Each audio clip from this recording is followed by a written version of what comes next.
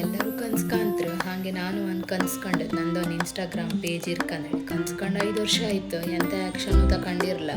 ಈಗ ಫೈನಲಿ ಎಂಥರು ಆಯ್ಲಿ ಅಂದೇಳಿ ಒಂದು ಹೊಸ ವೀಡಿಯೋ ಶೂಟ್ ಮಾಡ್ತಾ ಇದ್ದೆ ನನ್ನ ಬರ್ಡೇ ದಿನವೇ.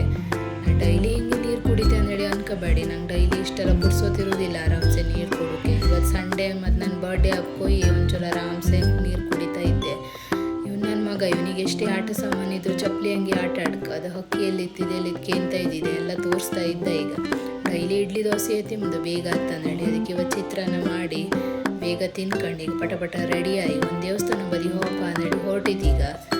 ದೇವಸ್ಥಾನಕ್ಕೆಲ್ಲ ಹೋಗಿ ಎಲ್ಲ ವಾಪಸ್ ಮುಗಿಸ್ಕೊಂಡು ಸೀದಾ ಮನೆ ಬಂದು ಒಂದು ಕೇಕ್ ಕಟ್ ಮಾಡುವ ಅಂದೇಳಿ. ಕೇಕ್ ಕಟ್ಟಿಗೆ ಒಂದು ಬಿಗ್ ಸ್ಟೋರಿ ಇತ್ತು, ಅದನ್ನು ಇನ್ನೊಂದು ದಿನ ಈಗಳವರು ಹೇಳ್ತೆ ಪುರ್ಸೋದು ಮಾಡ್ಕೊಂಡು.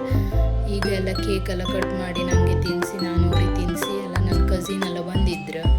ಅವರೆಲ್ಲ ನಂಗೊಂದು ಗ್ರೂಪ್ ಹಂಗೆ ದೊಡ್ಡದಾಗಿ ಒಂದು ವಿಶ್ ಮಾಡ್ರಿ. ಈಗ ಅದೆಲ್ಲ ವಿಶ್ ಎಲ್ಲ ಆದ್ಮೇಲೆ ಈಗ ಊಟ ಹೊಟ್ಟೆ ಹಸಿವತ್ತಲ್ಲ, ಊಟಕ್ಕೆ ಎಂತ ಮಾಡ್ಕಲ್ಲ ಕಡೆಗೆ ಎಂತ ಮಾಡೋದು